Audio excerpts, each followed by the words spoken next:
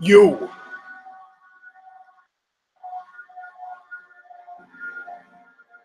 are now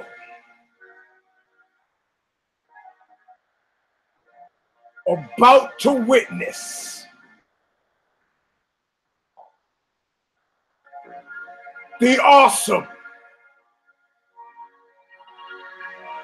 crushing might of, I told you it was for the hardcores only, of Knuckle Up! Woo! Ah! My head is spinning. Head spinning. The sign is already falling twice. I'm underrested, underfed, skosh irritable, and happy as could be. But first, stigmata. Calling of the just. And the words that say it all, an intro all of nothing, sung. Bob Riley, still available from Revelation Records, Huntington Beach, California. If these words, if they don't go through your head several times a day, you're not living right. And I'm sorry, the wife drove off with the headphones, so the sound on this show is going to be shitty. Shitty. I'll try to get my face closer so you can see more of my nostrils. Until then, Bob.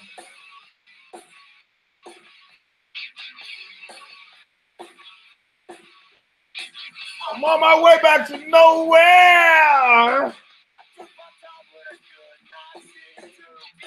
I'm taking a real good look at you. I'm taking a real good look at your face. Oh, being paid back in full, always nothing. All right, my friend. All right. So there you go. It's been a long wait, right? It's been a long wait. Let's get a little closer because I'm sorry I don't have the mic. So it's going to have to be this kind of weirdly intimate, close thing. And sorry. Whether you can hear me or not at this point is immaterial because I got no headphones. Can't chase the wife down. Can't find the car. I left them in the trunk because I'm smart like that. Anyway, so it feels weird, right? It's like having sex with somebody you haven't had sex with for a really long time, but neither one of you are drunk and you just decide to kind of do it. And then it feels like kind of weird, right? Like knuckle up is gone. So now you've been able to, I didn't do the crap fights because it's like if there's one fight on, look at this tote sheet. The tote sheet from yesterday, it just goes on and on. As me and John Nash, on and on. If there's one fight on the card, what kind of fight degenerate do you think I am? Well, the kind of fight degenerate says watching the fights, but I'm watching the fights and not talking about the fights. But there's a lot of stuff that we talk about on Knuckle Up that has nothing to do with fights, as you well know. So the weeks go by and it starts to be this weird lacuna. Look it up, L-A-C-U-N-A, this weird lacuna in your life. And in my life as well. I'm not doing it. You're not having it done. And then suddenly we find ourselves here again. Like, is it consent? Can I take the shirt off or what happens now? Well, what happens now is we're going to do a whole show and somewhere 3/4 of 40, 3/4 of maybe let's say 80%, or what about 87% of the show through, I'm going to tell you some shit that's going to rock your world insofar as that's even possible. All right?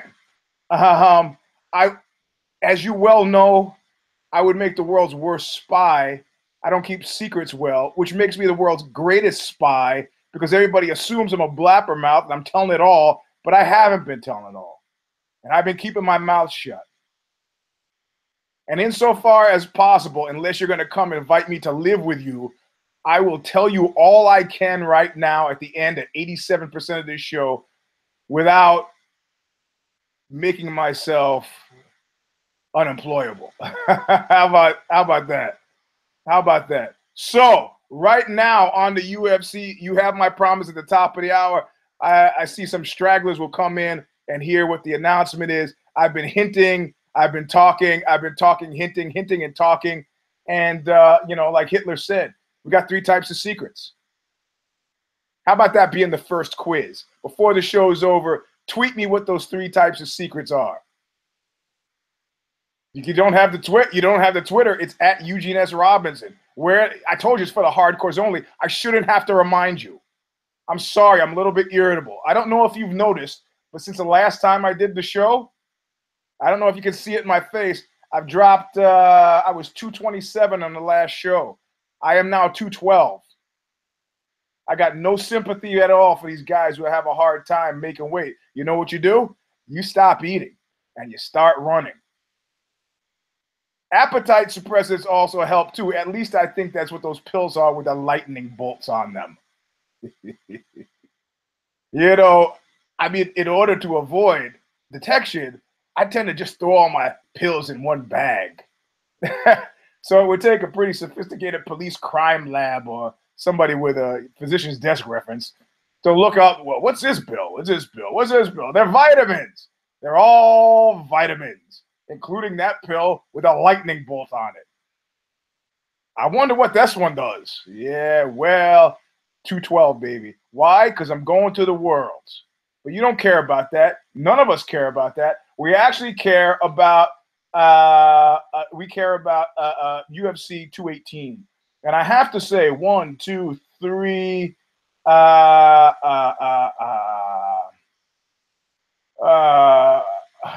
let's see, 4. Fuck! I just crushed John Nash. Like crushed him. Like John Nash should not even fight prognosticate anymore. Should not even fight prognosticate anymore. Crushed him. Crushed him. Anyway, let's get to it. Let's get to it right away. What we saw this weekend, if you were following my Twitter feed, I just stopped talking after a certain point. 1, because I had 9% left on the battery, but it was heavy, heavy, heavy, heavy. Let me read to you. Oh yeah, somebody's quick on the draw here, answering the quiz question. I'm not going to read it during the show because it takes away from the show, and we got a lot to cover. But you read whatever he said. Let's see what he says. And still, okay. The secrets are those we share, those I keep from you, and those that relate to future events as yet undetermined. Yes, that's the T-Man. I don't know if he wants his name revealed on this show. So anyway, somebody said to me, I would like to love something. I would like to love something as much. I would like to love something as much as Alistair Overeem loves getting knocked out. Alistair Overeem went full cartoon. I can't even, because of this car accident I had and having this kind of, you know, muscle thing in the neck, I can't even make my head go back further than that. Forget about it almost touching my back. Forget about that, okay? I mean, yes, he was probably moving backward as it happened, but you could tell right away. If you've been watching Alistair Overeem, you know, I see you fighters go in there and you all look the same. And you come out, you all looked different. How's that? Scared. That's from Tom Wolfe, all the right stuff. He's fighting scared. His last few fights, is it an awareness of time that makes him fight scared? Or is it, you know, my skein, S-K-E-I-N? Is it am I shuffling off this mortal coil? How much time do I have? Look, if you've ever had bad sex, to stick with the sex theme, you know what a terrible, dangerous spiral that can be. You know, in the days before Viagra, Cialis, and Levitra, you guys had, and Sexy Monkey, and Dongulus, and Street Overlord, you had to wing it. You know, you had to it's like titration. You had to dial it in carefully. Like if you had a dot, and I'm not telling secrets out of school. You know this. You don't be upset with me telling the rest of the world. If you had a date on Friday, do you masturbate Friday afternoon? No, you do not. Do you masturbate Thursday night? Yes, you do. In case you have sex, don't want to pop off too soon. If you masturbate Friday afternoon, you won't care enough to try to pursue a sexual contact with your date Friday night. You know this to be true. Okay, so you masturbate Thursday night, and then Friday you're still interested, but you're not touchy, if you know what I mean. You know. Now, if the woman is anywhere from 7 up to 10, you're already tense, right? Because you're thinking, my God, I can't blow this. I can't. Oh, what if I do blow it? Well, shit. Would you tell her friends, and then that have the trickle down theory? You know, she tell her friends and those friends, and then all of a sudden I be some persona non grata. It's like when you go out with an alpha woman, you know that's a linchpin. It's like the 8-ball. You can't. Hey, you scratch on that, everything is in the hole. Well, not in the hole, as the case might be. Game is over. And so you say, okay, I can't. Okay, I got the masturbation thing taken care of. Okay, I got that taken care of. All right, what else? Okay. I'm clean, shaved, got the just depressed. Okay, I'm not going to run to my ex-girlfriends there, or if I have a current girlfriend, I'm not going to run into her there. Okay, I can get into my apartment, out of my apartment, my roommate's got it. Okay, all right, I got it. But what if I can't get it up? Oh, my God, that'd be terrible. That'd be terrible if I couldn't get up. She wouldn't understand. She'd tell her, okay, no, all right. Well, maybe I'll get it up, but what if I don't last long enough? And then you have this terrible, terrible spiral, and she can't figure out what the fuck you're going on, because women, of course, also have their issues. Do I smell okay? God damn, did I put on clean underwear? I don't remember. I'm a few days out from my period. Please, God, don't let him say something stupid. They have their own things. So we're all got these spirals. We're spiraling up, we're spiraling down. Or you could say gyrations. We're going gyring up, gyre down. And this is what happens when you're fighting, because it says these things, not these things. Oh yeah, look at that. This is a picture I took when I was at Auschwitz. And I've made it my screensaver because it matches my mood. I stood on the tracks that went to the land of no return and took it, and it's been on my phone for about 3 weeks. I won't tell you about that, but I'll hint. It'll come up on a later show, not many of which. So anyway, these things are changing our minds. Not our minds, our brains. So if you don't think that Alistair Overeem is tied into Twitter and Instagram, and you just can't help in an idle moment, if you think your favorite celebrity is not reading that shit, you're wrong. You got some of these guys like Prince, rest in peace, who said, I don't have a computer. I don't have a laptop. I'm not on that stuff. He goes, well, what if you want to send an email? He goes, everybody around me seems to have one. They can send it to them. You know what? In a quiet moment, if you're mixing music, I wonder what if you don't think your favorite celebrity is out there as Dongulus or some other incredible name, you're wrong, because we get unvarnished. Now, it takes a lunatic like me. Like I did a radio show in Boston, and some guy in some chat room was like, hey, whoever heard of this Eugene Robinson? He's no MMA fighter. I'm the MMA fighter. I've never heard of. I started talking to guys. Hey, why don't you just ask, you fucking cheese-eating prick? Why don't you just fucking, he goes, hey, I'm just trying to spark some dialogue. You don't have to be so touchy. Touchy? Touchy? Well, of course, that's the thing you say. Of course, if you want to flip a guy out who is touchy, you go, hey, easy, buddy. You don't have to be so touchy. And the guy goes nuts. So if you don't think that Alistair Overeem is fucking just spinning the way you do, just spinning the way you do when you're obsessed or upset, you're absolutely, positively freaking wrong. Absolutely. So he comes in this fight, and what's the first thing he does? It's not as crazy as Verdum's, I'm going to kick you in the face from halfway across the cage. It wasn't as crazy as that. No. But it was like, hey, buddy, high five. I'm trying to punch him. What a bullshit maneuver. I mean, it was up there with Alexander Emelianenko trying to, also known as EJJ. And keep in mind what I said 4 weeks ago when I last did the show and I got beaten in that Cow Palace fight. And the guy, when they bumped me up a weight category to unlimited and bumped me down 2 age categories, the guy said, hey, man, I'm going to beat EJJ. EJJ is pepper. You don't have a meal of pepper. Use it as a seasoning. All right? At the beginning, it's good seasoning, though. So he does this bullshit thing where he's like, hey, let's tap hands. Oh, I'm going to punch you in the face. And then you see, like, look, this is a guy who's 263, 6'4". It's a lot of fucking dude. And you can see what you can see the math is like. Overeem, like I said on the Care Don't Care preview, Overeem has actually submitted a fair number of people.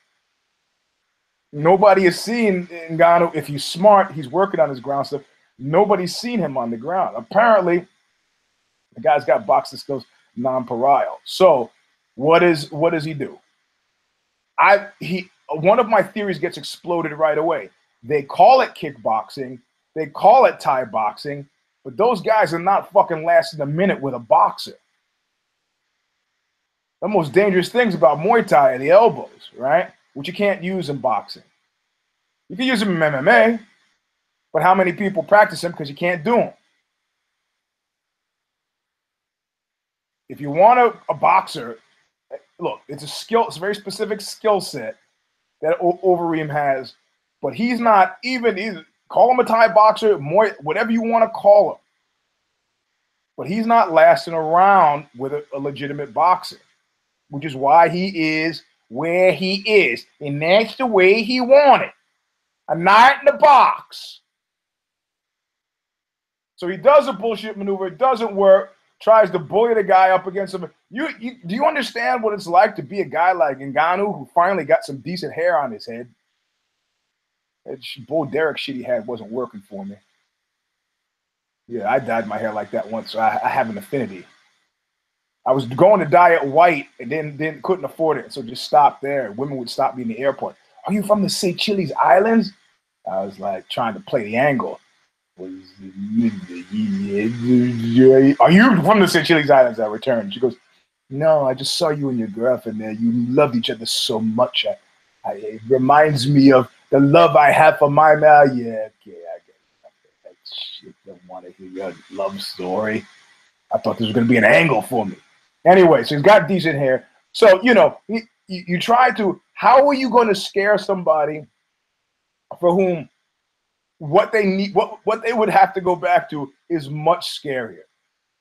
And I'm predicting something right here, right now. I'm predicting that, and this is complicated and it's going to be a far reach, but you're going to get some outliers from KSW enter into the watch for Poland in the heavyweights.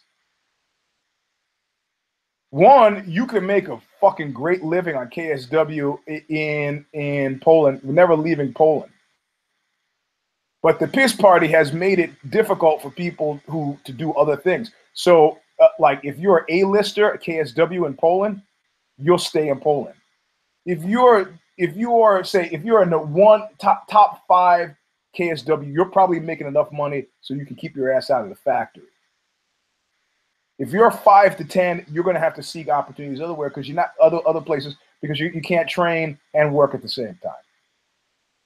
But these guys are big, they're strong, they're fast, and they don't have a lot of fucking options. And that, my friends, is a hothouse prescription for good fighters. What's going to be scarier for Francis than going back to Cameroon broke? Huh? I mean, and he's done the calculation as well. You can see he doesn't believe it's going to happen, but on the off chance that it did happen, losing to Overeem is he needs that like he needs a hole in the fucking head. So Overeem tries to bully him up against the fence. He's like, I guess you forgot that I'm 263 and I dropped to get here, right? So he's like hanging, and they do the scramble. And you can see he can't run. That's not going to help him.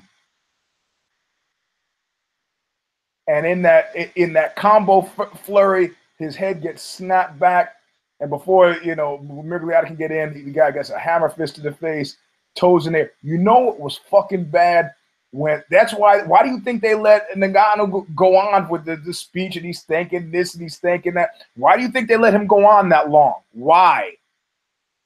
Because they don't show a guy who's really no more John Matua. Sorry. Your hardcore should know what I'm talking about. John Matua, last time I saw him, he was bouncing at Emo's in Austin, Texas.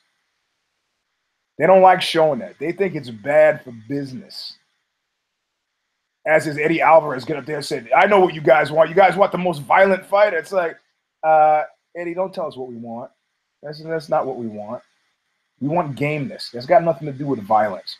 I mean, if you ran in there and started biting the guy's neck out, I wouldn't like that. That's why, what is that? There's some fight series, a video like prison fights or some shit like that. And you kick a guy who's unconscious 5 times in the head. That violates my sense of fair play, and I'm not interested. It doesn't take much, or it takes a lot of the wrong thing to kick a guy who's unconscious and not moving 5 times in the head. That's reserved for people, for me, like my father. 5 times in the head, conscious or unconscious, not a bone, not the slightest bit. I have no compunction about that.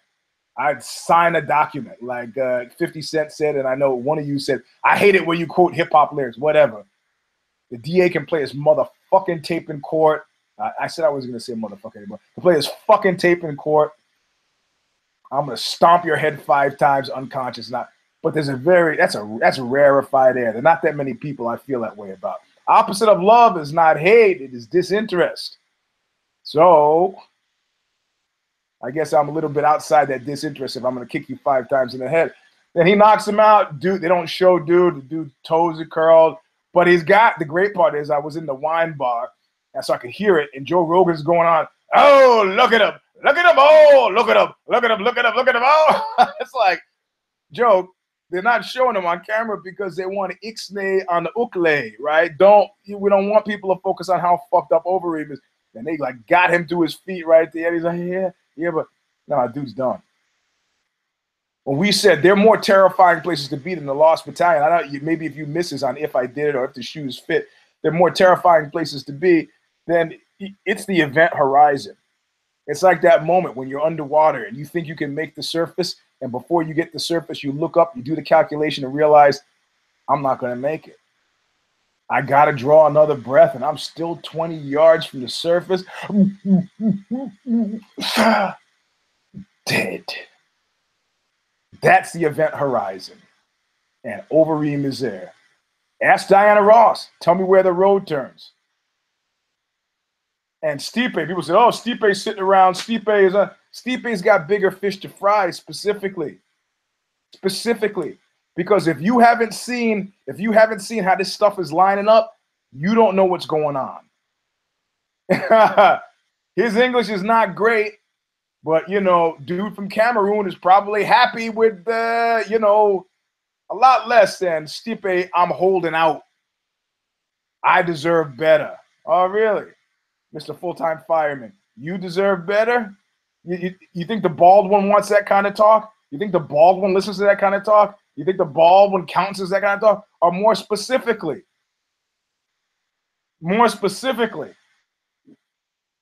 you got a guy who's an exciting, how many fights? 6 fights in a row? How many got out of the first round? Sweet. You got the global piece. The guy's not likely. Keep in mind, he's not African-American. He's African. So, he's probably not likely to do the kind of stuff that African-American men might do. What is Eugene likely to do? I had a buddy who said, yeah, Eugene, what I like about you is I can see you doing just about anything. I go, hey, no. Like somebody, Anthony Antano was he listed the Oxbow's Thin Black Duke as one of the top underrated records of 2017. And no sooner did I put it up on the Facebook page and somebody was like, well, how do you feel about him being all right? What do you? I said, hey, I'm in a fucking hole. I'm in a hole, and ringed around the hole are people, friends of mine with ladders next to them who refuse to lower the ladder. They say, I didn't use a ladder to get up here. I use my skill and talent, and I suggest you do the same. But what's that ladder next to you? That's no ladder, my friend. Okay. I've been in a hole long enough. Somebody reaches their hand down. Yeah, generally, if they get close enough, I might attack it. That's where the self-sabotaging behavior comes from. But Antano comes up with his million-plus listeners and decides that Thin Black Duke is a great record. And people are like, well, what do you think about him being alt-right? I go, hey, the conversation I have as a musician is if you bought the record and listened to it, we've closed the circle. If you'd like to share your opinion with me after that, I welcome it. If you want to give it a review, I'm happy. But the political weeds of this guy did that, that's Facebook hysteria, and I don't give a fuck about it. Do I draw the line somewhere? Yes. Child molesters, rapists, and dudes who beat their women. That's it. Anything else? What? Well, you think I'm not friends with Gavin McInnes and the Proud Boys guy? Guy gave me a fair deal, gave me a good shake, gave me a big break, hiring me to write for Vice in the old days. So he hasn't paid me for the Sex, Drugs, and Rock and Roll book still. Well, the Vice hasn't paid. You think Boyd Rice, Nazi Boyd Rice? Yeah, it's not so much that I hate Jews, but that I love Hitler. I think he said that. Jim Goad, the Redneck Manifesto. Terry Sargent, American skinhead, who now wants to, because of the Steinle case in San Francisco, wants to build a shrine, is walking around with boots with white shoelaces. I don't count these guys as friends, but I count them as known associates. My friend, who was Undersecretary of Defense under George W. Bush, once said about me, and it wasn't a compliment, though in my mind it was. He goes, you know, Eugene, you're like a dog. Somebody's nice to you once, and you... I go, yeah. Remember who my friends are. It's called loyalty. Discover it. So, oh my God, you see what I just did? You see what I just did? It's like a painful memory. Do you see what I just did right on this show? I skipped over the main and went straight to the co-main like it didn't even happen. Sorry. We'll get to the main event in a second, but I want to get to this Ngannou thing. So Ngannou is, if you haven't figured this out, Ngannou is the new Stipe. Stipe is not going to get, yeah, calling my shot here. Stipe is not gonna get by him for reasons that have everything to do with the jungle. If there's a press schedule, it'll be heavier for Stipe. If there's a travel schedule, it'll be more difficult for Stipe. Stipe is like that guy in the mosh pit who's been singled out for abuse that doesn't know it. Like somebody has pointed over his head like that, and next thing the guy knows he's down the ground and he's getting a boot party. It happens. The machinery is unforgiving. And the machinery runs on one thing, cash, and you're asking for too much of it. Do not let the McGregor thing, the McNuggets thing confuse you. That has been greatly destabilizing. So that people who don't like give money feel fully justified in not giving money. It's like the old Dave Chappelle joke about giving Negroes a bunch of cash and they buy trucks full of cigarettes. I'm rich, bitch. Yeah, well, you know, we've seen it with lotteries. Poor folks with money do badly with it. That's not me talking. That's the 1% talking. Give everybody, say, what's the threshold in America for happiness? 70 grand. If you make at least 70 grand, you're happy. You make less than that, you're worried. Yeah, okay. So Overeem is not a gatekeeper. He's too formidable to be a gatekeeper. He wants too much to be a gatekeeper. He'll ruin your day if you're on the rise up. At this point now, Overeem's only chance is as an enforcer. Which I mean, if you get a guy who's ranked somewhere between 5 and 10 and is starting to make noises about needing more money, that's what you use him for. You think MMA doesn't have enforcers? He is I'm going through puberty. He is an enforcer. Holloway and Jose Aldo. I don't talk about this one because it was sadder than fuck. And I knew the fight was over. Did you see when the fight was over? I'm not talking about anything. It was like bit by bit. I'm not even talking about the stuff that was coming at the end of the guy's arms, the fist, Holloway's fist. I'm not talking about that. I'm talking about the non-fight related stuff. Did you see he's doing Diaz? From holding his hands down, like what's good at sticking his head forward, going like this, taunting. You know, slapped him a couple of times too. Don't tell me you didn't see that. He slapped him a couple of times too. And he's waiting, and he's waiting and waiting, and he's doing it the same way that Diaz is doing it. He's needling the guy to get under the fucking skin. And at one point, he was like on the left side of the cage. Jose Aldo's against the cage, and he lights him up, not with a punch, but with something that was like, and he got what we used to call in the old days, maybe politically incorrect, he got his Irish up. And I was like, God damn it. I was going against a brown belt a couple of weeks ago, and the guy goes, let's flow. Now, when somebody's told me flow rolling, I thought it means I got to straighten my leg. I thought it means that, you know, you move from calmly, gently. That's just like you move from one move to another. All of a sudden, he's going like hyper speed. What the fuck? He goes, oh, you see what's happening now is that you're getting anxious. And you're holding your breath, and you're trying to keep up with my speed, and you should be relaxed. Just because your body is moving quickly, it's about stress. Calm down. I'm not going anywhere. I'm not seeking a submission. I'm going from move to move quickly. Designify this.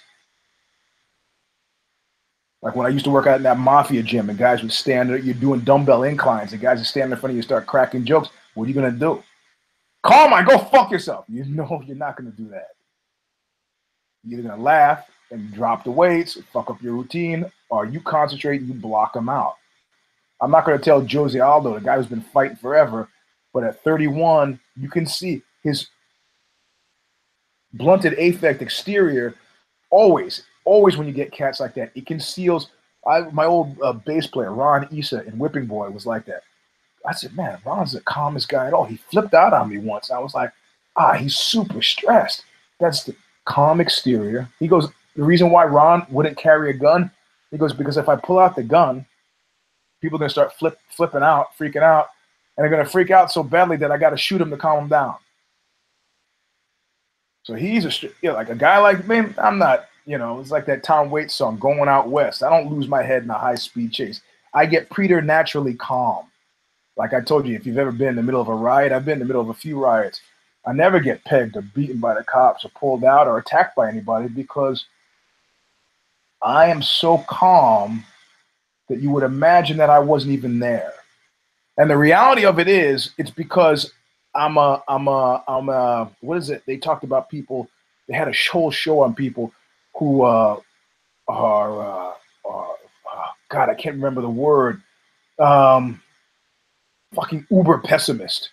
And they said where these people relax, a lot of these people are war correspondents. They put them in the worst assholes of the earth, of the world. They drop them in there, and suddenly every bad thing that's been keeping them up at night and they can't sleep and they've been getting anxious is justified and justifiable. And so they calm down. It's like Ritalin. You give it to a normal person, they like kind of edgy. Give it to somebody who's hyperactive, calm the fuck down. But Jose Aldo didn't do that. Jose Aldo did not do that. He rose to the fucking occasion. And you know what I've also learned, and I hate to say this because it sounds really, really stupid. I've learned that something that Frank Shamrock taught me years ago, that cardio is like 50% of the fucking game. Or Ty Willingham, one of my used to be favorite football coaches, said, if I can play just as strong in the fourth quarter as I do the first quarter, I'm going to win that game. How do I get from that A of playing like I did the first quarter to the B of playing like I want to play the fourth quarter? Cardio. I figured that out with music. I know how soon before shows I have to get in shape. I can't get into too good a shape because people want to see you work. Can't seem too easy. But I've got it dialed in. The world's coming up, and I was like, gonna run. I can't figure it out. And suddenly I started to feel like, man, my jiu-jitsu is really coming together. Well, the fat ass from 227 to 212, I lost the weight. How? Running. It's really strange to be able to go 8 rounds without taking a break, like I did today. Somebody said, man, you just get better. It's not my jiu-jitsu sucks just as much as always. But I got the cardio. I mean, there was no way that Holloway, in his mind, he said he knew he was going to, like the Joy Division song, made a fatal mistake, and he made that fatal mistake. Now, people who talk shit about Jose Aldo's win before, and I never believed it. I believed he was doing what I call the pride thing, just working the angles. I got 4. It's a 5-round fight. I've got 3. What the fuck? Why am I gonna break my head fighting the last one? Oh, he's fading the finish. Yo, I fade. If I can patty cake through the 5th round, why bother? But that's not it. That's not it. He had a hard time making weight. He was depleted. There was no way. There was no way he was making the 4th or 5th round. And what Holloway did was merciful. Cruel to be kind. What did he do?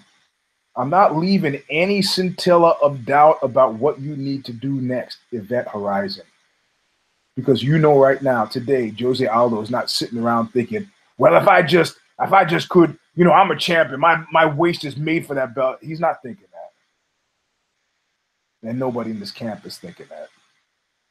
The self-delusion you need to be in the Lost Battalion is not happening in the house of Jose Aldo Jr. Not. So, Event Horizon, and that's the most horrible place to be. You look at John Chardy's translation of Dante's Inferno, and when they go through all those circles in hell, they find Satan waist deep in a lake of ice. And the ice comes from his tears. And his tears are frozen because his wings are flapping, trying to get him back to the most beautiful thing he ever saw, the sight of the divinity. So he's crying, flapping, freezing, crying, flapping, freezing. That's what the Event Horizon is. And that's where Jose Aldo is. And that's why I couldn't mention it, because it fucking hurt.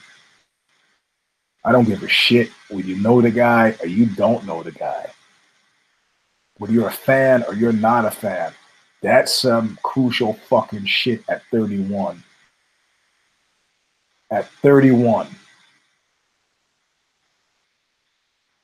And it's not like the guy out-talented him in a very significant way. You look at Max Holloway, you like him. He's a skilled guy. But what's great about Max Holloway is that he's a mixed martial artist, and he's understood that. Like, it's taken me years to kind of figure out, 15 minutes warming up before I train jiu-jitsu is not cardio. It's not. I don't care if Waleed Ishmael says that's all he does. That's Waleed Ishmael. He doesn't lift weights. He doesn't run. That's him. Me, if I went back to doing MMA, yeah, you better, just because you throw a few punches in training doesn't mean you're working on your boxing. But at this point now, Jose Aldo's most crucial asset, his head, is done in, and he's done. And that fucking hurt to see. This show might go a little bit over. I'm just warning you right now, because I'm going to say what I got to say about the announcement, whether or not I've talked to the fight. I mean, I got to do both. So I don't know what happens. He's got one more fight on his contract. Don't know what happens. Don't know what. And Holloway just hit all the right notes, man. He really did. He soft pedaled the Jesus thing, and he said, "No, I'm not the greatest." You know. Yeah, I got to compete against this guy's memory. I'm not the greatest, not right now. Sorry. Thanks, I appreciate the you know. So right now, I'm already ahead of John. John picked Overeem, put $9 on it. I picked Ngannou. Going down to Cejudo, and I know it's Cejudo, but I like saying Cejudo. I picked him as well, but for the first time, he looked not right to me. He's really uneven. He's like veering close to Gick, but not quite Gicky. But I don't know why he fought this fight the way he fought. I mean, it's against Sergio Pettis. As far as I'm concerned, outside of the slight 4-inch reach distance, I didn't see Pettis as having anything magical for him, but somebody had convinced him otherwise. And he finally pulled. He hasn't been using his wrestling at all. Finally used it to great effect quite easily. You know, dispatched the kid. That kid's fine. Kids, you know how many times Joe Rogan said he's 22 or 23. But he's just 23. He's just a baby. He's at the start. He's just a baby. He's at the start. You just breathe life into that guy, which is good because somebody in the Pettis family's got to keep making some money, and it's not going to be the other one. Now, Gagey, let's get there. This fight's got a little bit more juice. And people, like, guy was want to use on Twitter was like, I don't know how you're going to paint this as a win. I've said it before, and I'll say it again. This guy won through losing. Because you know and I know he has done something that has been, it's been an MMA meme from time immemorial. Let's go back to the most recent cat that like that, and I'm going to say it, and you're going to go, oh, yeah. Ah, shit, his name just went out of my head. Fuck. Who was the cat, the redheaded cat who was always crying, and they, fuck, somebody tweet me his name. Who was always crying, had the bad, I was a big fan of his because he had father problems too. God, he was busted for heroin. He was crying on the show. Anyway, I'm old. Anyway, Chris, the hell's his name? Tweet it to me, please. Chris, what the hell's his name?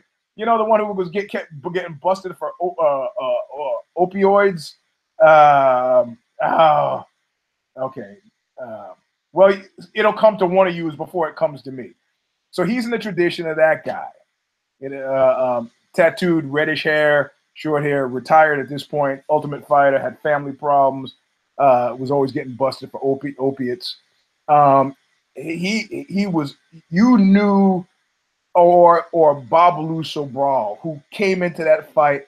He made the fight a dog fight, came into that fight, came out of that fight looking, I mean, you know, you knew you were in a fucking fight if you were yeah, hold on. Somebody just tweeted me. This is going to be distracting to me. What is it? What's his name? Okay. Chris Lieben. Thank you. Whoo! So it's in the Chris Lieben school, which is like, you got a guy, Wes Sims was some variation of that. How can you think that guy stuck around that long, not winning? He just made the fight game. You know, there's sometimes when you're in the mood for that gonzo MMA.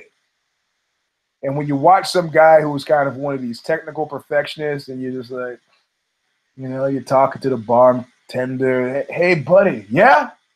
Could I have some of that water? Yeah, no, I trained really hard today. I'm dying of thirst.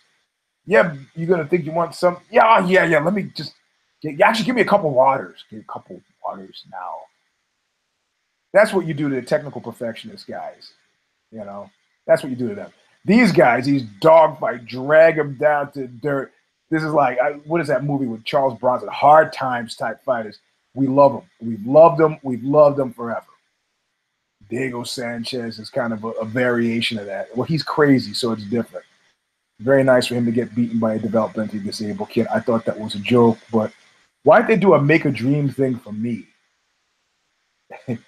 Or me or anybody else who's team 62? You know, and we could like get hot girls for a day, and well, I got that already. Okay, so we could get like people would like fucking humor us for a day. So Gagey, he got beat by a strangely, curiously resurgent Eddie Alvarez, whose jaw was broken, which puts him pretty high on the manly scale as far as I'm concerned. But if you take that video of Eddie Alvarez against Gagey and put it against the video of Eddie Alvarez, so to assume that Eddie Alvarez was a straight-up Eddie Alvarez, I have got to believe that Conor McNuggets got into his head. Or alternatively, I have to believe that having had McNuggets in his head, that what he had in his head was having to provide for his family without MMA. Maybe he had that in his head now. Gagey was somebody who who I've always said, preached on the show that you fundamentally cannot trust, and that is a guy with an undefeated record.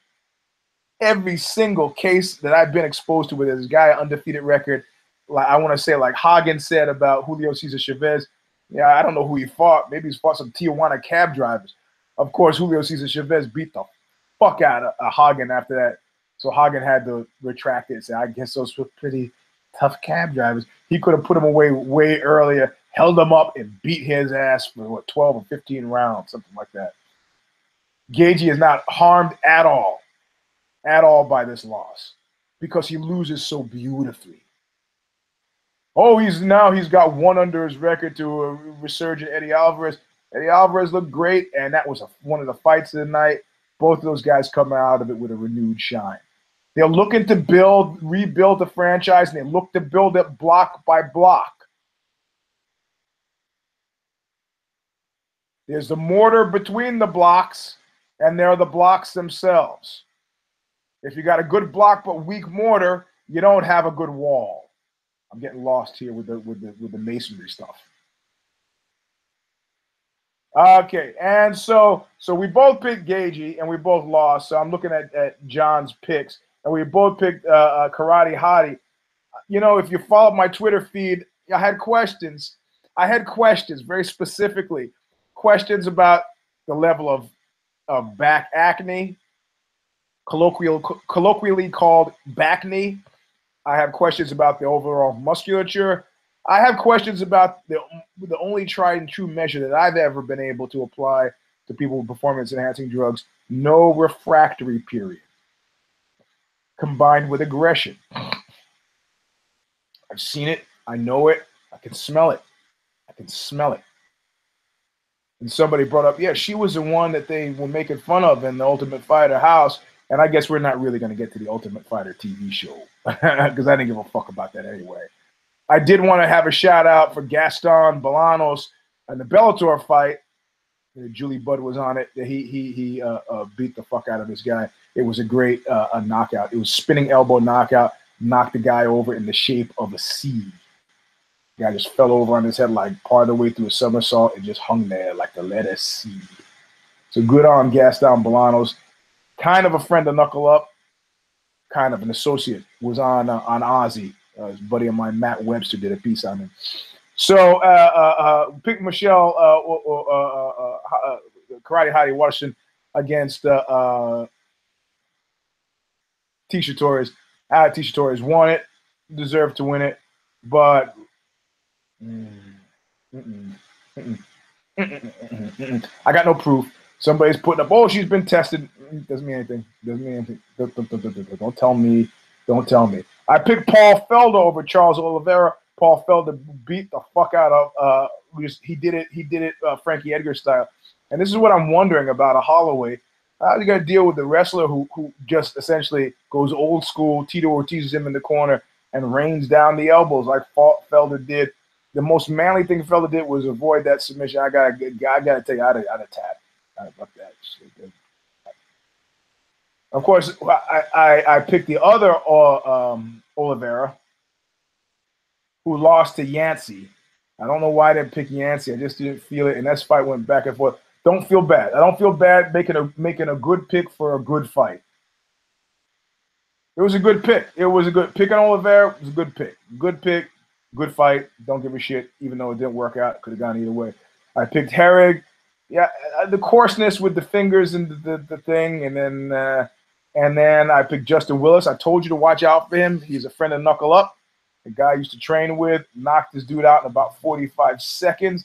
And then let's see if his last pick. I want to see. So he's gone down with me a couple of times. I bested him with the Felder pick, and I will crush him if his one pick early on. If his one pick, here we go, sure dog. And I don't. This matters to only me. And then we're going to get into the big announcement. So here we go. Let's see if his one pick.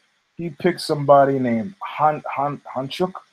Yeah, that must be. Man, my fingers are burning. I don't even see my scribble. I can't even read my scribble. Roxanne. What the hell? I have Roxanne. I don't even see their names. And Hanchuk. I see. Okay, never mind. I'll figure this out on my own time because this is not making any sense to me at all. Maybe some of the. Oh, you know what it is? It's got to be from the show. It's got to be from the show. Really? I actually gave a fuck about the Ultimate Fighter show? That seems really unlikely to me. I'm sorry, I'm checking now. That's why I'm not establishing eye contact with you. Ultimate Fighter. Okay, here we go. Hanchuk. Oh, no, no, no. I can read my scribble. So, who did I pick? He got that one. So he didn't get completely crushed. He didn't get completely crushed. I think Roxanne was my Mortafari thing, and I have to do that because she trains with people that I know kind of misguided somehow on my part. But anyway, UFC 218, I'm just going to read you. Sorry, you don't like me quoting the D-man. Fuck you. I'm going to quote him anyway. He says something that cracked me up, and I'm going to get in some gossip. I'll get a little gossip for you as well. He goes, I'm going to go back to the bad marriage analogy. UFC 217 was like the wife hiring a porn star escort to have a threesome. It's great.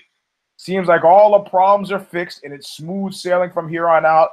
But after a few weeks, the problems that were there before are still there. They got nothing, man. And if you think that the McNuggets is coming back, I think you can count him out for 2018. I think you want to hear about. He's got this thing with the gangsters going on, and he's caught up in this. It's a psycho monograph of somebody who's heavily into coke, as far as I'm concerned. That's based on my scant knowledge of drugs. Don't say a word. Based on my scant knowledge of drugs, that's what he's acting. In any case, the guy is not in the mind frame. Like somebody came out and said, I think it was Luke Tom or somebody. I don't remember who it was. He said, John Jones, you think he's bad? We're talking orders of magnitude worse. I would say E, psychoactive, coke. What else? What else you got? I was friends with, God rest his soul, Mark the Bear Smith, who's dead now. And he turned in the worst drug test. And Mark Ratner was walking through shaking his head. But I've just seen the worst drug test of any fighter I've ever seen in my entire time in Vegas. He's been in Vegas. He's been in Vegas for a long time for boxing and everything. It was Mark the Bear Smith. So what did he have in the system? Everything. Coke, weed, steroids, Mark the Bear, I love the guy. He's dead now. But, it doesn't mean he was using them all at once. But sometime in the course of a given month, you might have, I'm going to take some Vicodin because I got some aches and pains.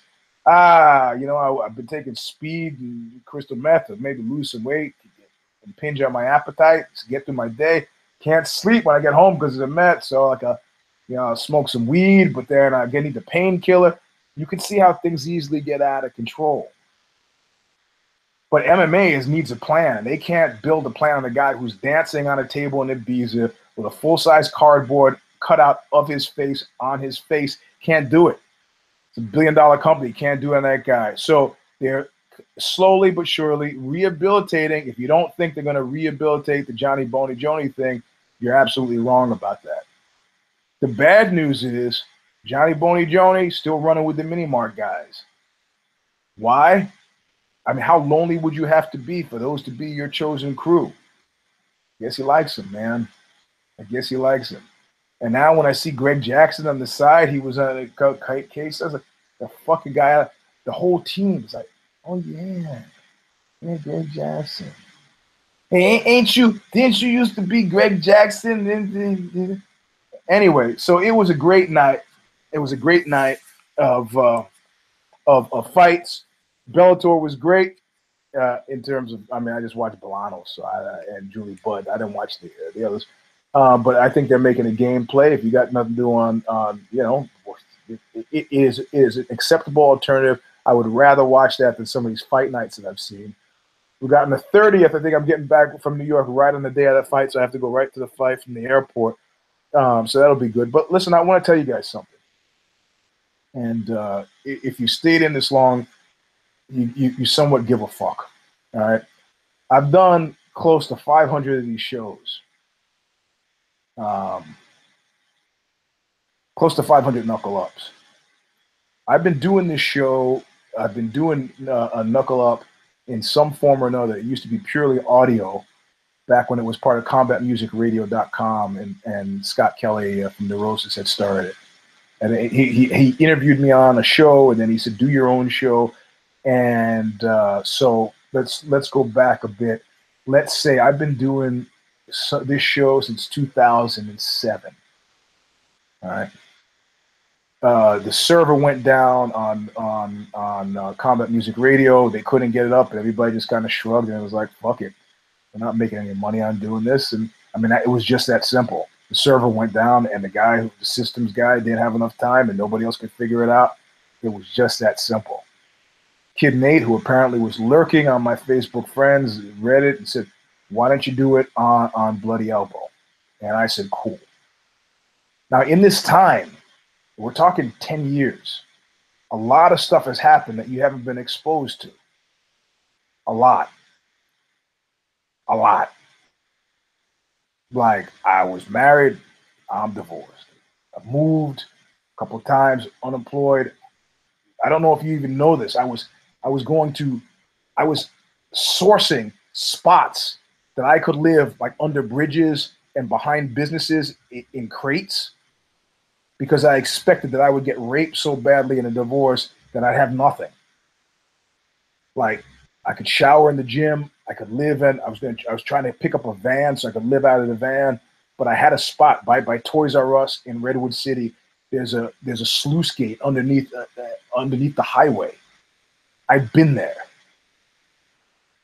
I mean, this is the mindset. This is the mindset. All the time I've done the show. Moved into a new house, got divorced, hellish. A new wife, got remarried, new job.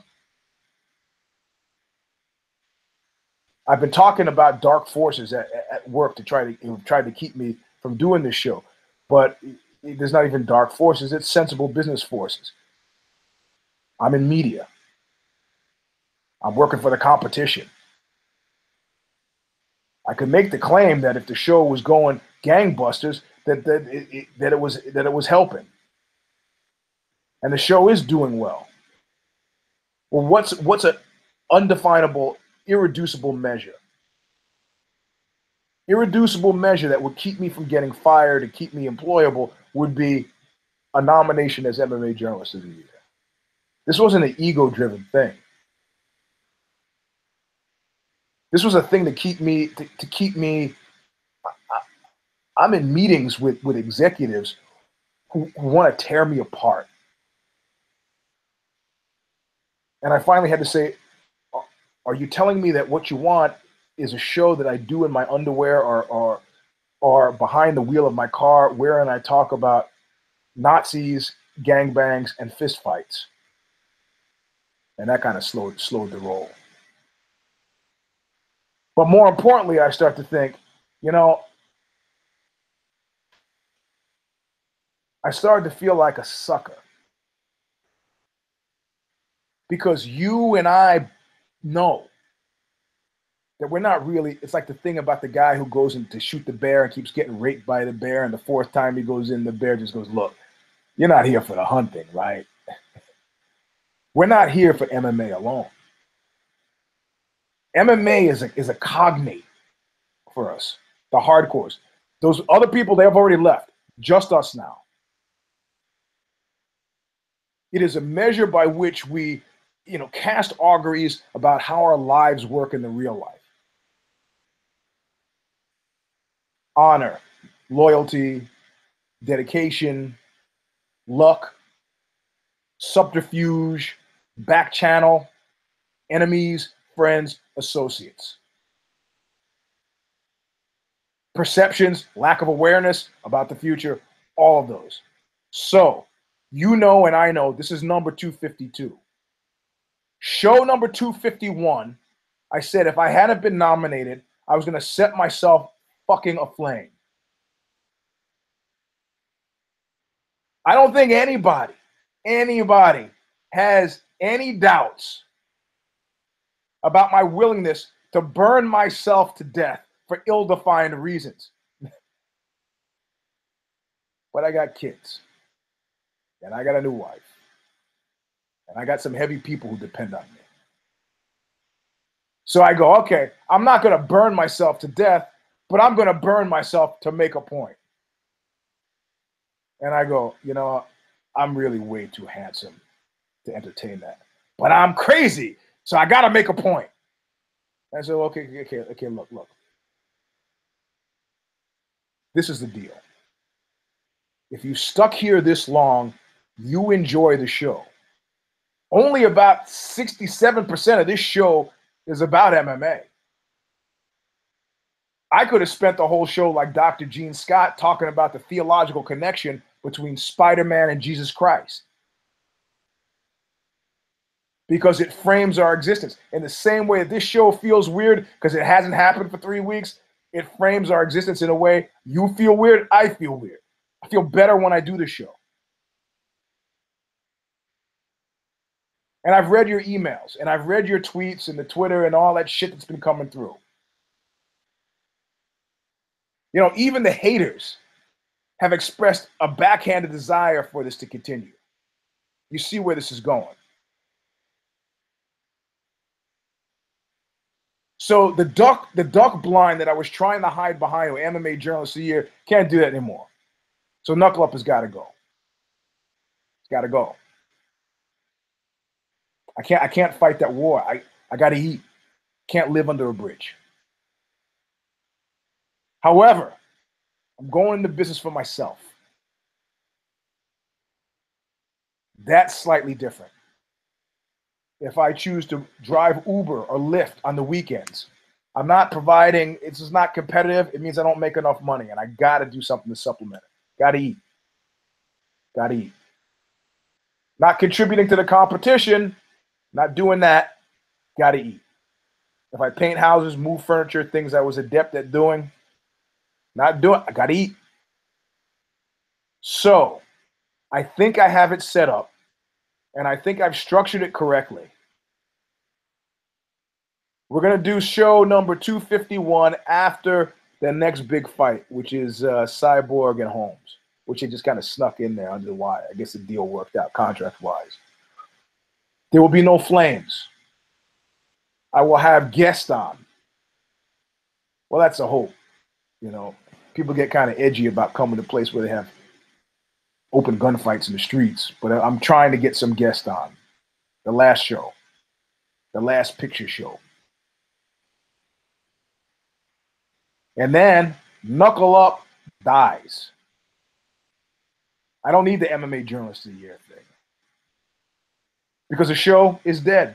Whatever pressures I was getting, the dark forces I alluded to that I haven't really gone into in great depth are off my back. Killed it. Vox, competition, whatever, not at us.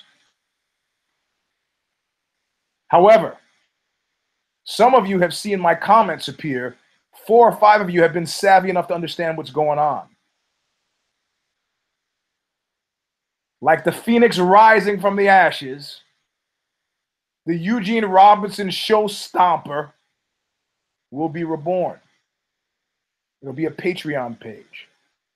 I'm guessing you might be able to find it if you look there now. I haven't pushed it.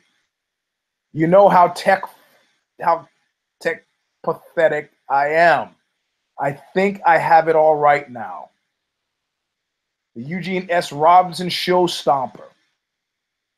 I can create a video podcast. I think the URL is I don't know.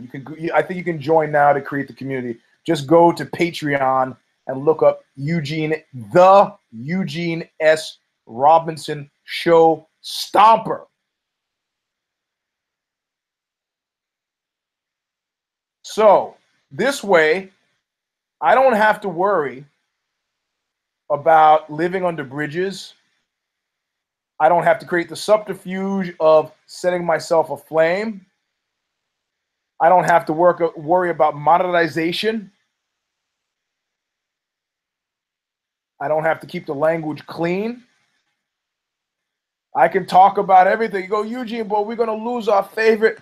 You know what? I'm going to use Stigmata's music because I own it. If you haven't figured that out, it came out on CFY Records, a record label I own, sold by Revelation Records in Huntington Beach, but I still own the rights to it. I'm still going to open with Calling of the Just. I'm still going to say Knuckle Up, but it's on Patreon. So the thing is, if you're not tuned in to the Twitter feed at Eugene S. Robinson, if you're not part of the Patreon community, you will no longer read announcements for Knuckle Up on Bloody Elbow. It will no longer appear there. It will no longer be a Vox property. I will guest appear on If I Did It and If the Shoes Fit and Care Don't Care preview. A guest. Don't own those shows. Don't direct those shows.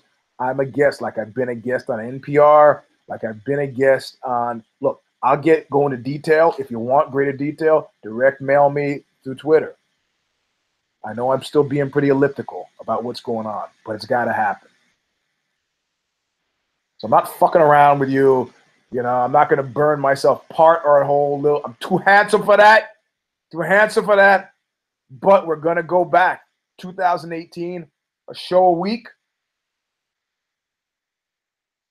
And I'm going to widen the purview from MMA to whoever it allows me. Maybe I'll get some porn stars in. Oh, Eugene, that's great. You're going to talk to porn stars about porn? No. Why would I do that? Why would I talk to strippers about stripping? I'm not Howard Stern. Last time we went to do the LA Expo, the porn show in LA, we asked strippers, Hitler, misunderstood? And they tried to punch us in the face. That's TV. So there's where we are. You got a few weeks. Think about it. Because I'm not doing that shit forever either.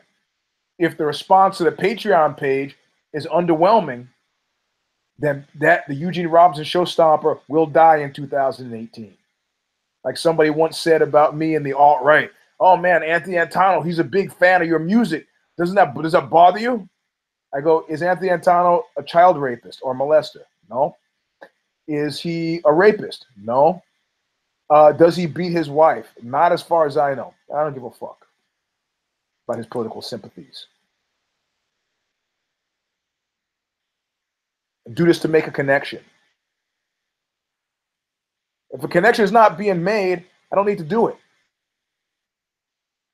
Already, those of you who count me as your friends, you tweet me, you text me. You need the show to do that. Don't need to fucking monopolize my Sundays to do that. But it fills a need in here. I spoke about a tragedy a few weeks ago. My mind has turned around. I'm not going to talk about that right now. A few of you know. My mind has turned around. It took a few weeks to get it out of my head that it was a tragedy. You can't do that with cancer. You can't do that with death. You can't do that with amputation. You can't do that with mental illness. You can't. Those are things you can't come back from. But my mind has turned around, and at some point in 2018, I'll talk about it. But this has gone on for 10 years, a decade of this show. And you either have to kill it or go on. We're going to kill it and go on. Because like Gregory Corso once said to us, if you have the choice between two things, take both. So I'm taking both. But you have a few weeks. If I get one guy signs up on the Patreon page, you know what? He and I could just tweet back and forth. I don't need the show. So the automatic two-step of going to Bloody Elbow and then Knuckle Up, that won't happen. If you're not on my Facebook feed because it maxes out at 5,000, hey, maybe I should start a Facebook page for it. Maybe I'll do that too. I think I've got all the ducks in a row, and that's you're going to have to seek it out for a little bit until you get into the habit, to the groove. But literally, it's like a date. Like we're all like, see, we come full circle. You see how this works? It's a whole like about the whole sex thing. It's like we're only that. Like I'm only there if you're into me being there, and I'm only into being there if you're into being there with me being there. You got it? I'm no fucking Joe Rogan. I'm no stand-up guy. I'm not trying to book clubs. Anybody who wants to come see Oxbow, I put you guys on the list for free. Guys are sending me fight books from France. I sign them for free, send them back on my own dime. Give a shit. So that's a scoop. That's a scoop. That's the deal. Some of you have been, you wonder what's going to happen. I've been tense about it too. And I've actually lost, that's contributing to me losing the weight. Been tense about it. Not knowing what I was going to do. Been forced into a corner. Direct mail me, I'll give you more details. But it's got to happen this way. Now, as a secondary thing, if you next year, when you can, Fighters Only opens up for voting for MMA Journalist of the Year, Commentator of the Year, feel free to do that. But I don't give a fuck about that. Let Ariel Helwani win it 7 times. You give a shit about that. Because this is like the Gnostics talk about, very specific information. In other words, you have to have ears to hear it. So that's it. That's it. I've gone over 12 minutes. I hope you enjoyed it. We'll see you on Tuesday with If I Did It. It followed immediately by If the Shoes Fit for a solid hour of MMA and real-world global gossip and PR kerfuffles. And if there's a fight next weekend, Kid Nate or John Nash or whoever will be back Wednesday or Thursday morning early with the Care Don't Care preview. And that's the usual 2-step, which will exist in perpetuity. Until then, at Eugene S. Robinson for the Twitter thing. That will be more significant coming up. Mr. Sleep 3 on Instagram, but only if you have photos on your Instagram. Otherwise, I think you're a spy. And that's it. Show's over. Be careful. Have a good week. We'll see you soon. And look what you made me do!